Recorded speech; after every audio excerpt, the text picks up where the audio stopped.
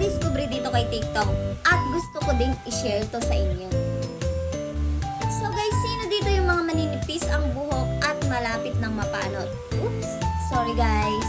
Pero gusto kong malaman nyo na meron ng solusyon dyan. Eto guys, nakita ko lang to sa TikTok at nakita ko nga yung mga review na to sobrang gaganda at wala ni isa akong nakita na hindi magandang review. Kaya naman, ang babae na to nabudol. So nagtry ako ng isang bottle lang muna na tong ginger shampoo. So guys, etong ginger shampoo na to sobrang ganda dahil napaganda na to yung tubo ng buhok ko at take note, nagkaroon ako ng mga baby hair dito na dati kapag nagpopone ko guys, kalbong-kalbo tong gawin na to. Eto guys, so, sobrang kalbo na to. Kitang-kita mo dito guys, yung walang buhok. Wala talaga tong buhok as in noon. Ngayon, ayun kumapal na yung buhok ko, tapos meron pang mga tumutubong baby hair. At alam nyo ba guys, na yung baby hair ko dati, na tumutubo, buhaghag. Ngayon, nakababa na siya at nagiging straight na yung buhok ko. So yung bagong tubo ngayon ng mga buhok ko, bagsak na. So, gumanda yung tubo ng buhok ko guys, dahil dito sa Azla. Tama ba? Azla shampoo guys. Azla shampoo yung name niya at ginger shampoo siya. So, pagka ginamit nyo to guys, sobrang amoy ginger talaga siya. As in, organic na organic talaga yung shampoo na to. So, napakagandang gamitin na to. Syempre, sa unang gamit nyo, shampoo siya, di ba?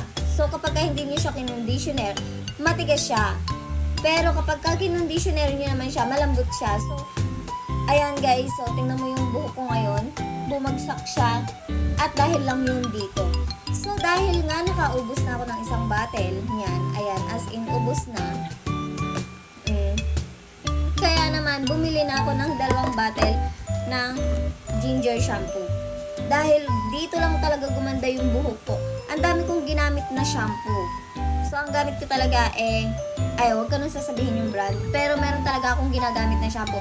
Maganda din naman yun kasi sobrang bilis niyang makahaba ng buhok. And etong Azla shampoo na to guys, dito kumapal yung buhok ko at yung hibla ng buhok ko. Tapos dito pag gumanda yung tubo ng buhok ko. So, kapag binili niyo siya, nakaganto siya sealed. Naka-sealed siyang ganyan, tapos may takip. Tapos, meron siyang kasamang ganito, para de-pump. So, ganito yung magiging kalalabasan niya. At dahil nga ubos na, binuksan ko na yung isa. So, ginamit ko na siya kanina ulit. So, simula nga ngayon, eto na yung ginagamit kong shampoo. Kasi nga, dito na nahiyang yung buhok ko. At guys, take note, sobrang mura lang na to dahil buy one take one na to, nabili ko lang siya ng 148 pesos. So, napakatagal ko nang ginamit ng isang bottle na to. Siguro may 1 month mahigit kong ginamit to. At ilan pa kaming gumagamit dito. So, tingnan niyo yung buhok ko ngayon. Tingnan niyo kung anong ginawa ng Azla shampoo. Azla shampoo na to sa buhok ko. So, makikita niyo naman kung gaano kabagsak ngayon yung buhok ko. Hindi pa ako nagpapariband yan. So, guys, try niyo na din. Baka mahiyang sa inyo to. At promise, nakakakapal talaga to ng buhok. Ayan o. At tignan nyo yung mga review na to. Sobrang gaganda ng mga review niyan. Ayan guys, so ito na yung mga baby hair ko. Nagkaroon na ako ng bangs dahil sa baby hair. So guys, tignan nyo din yung mga review na to kung gaano kagaganda yung mga sinasabi nila sa review. Para naman mabudol na rin kayo. So yun lang.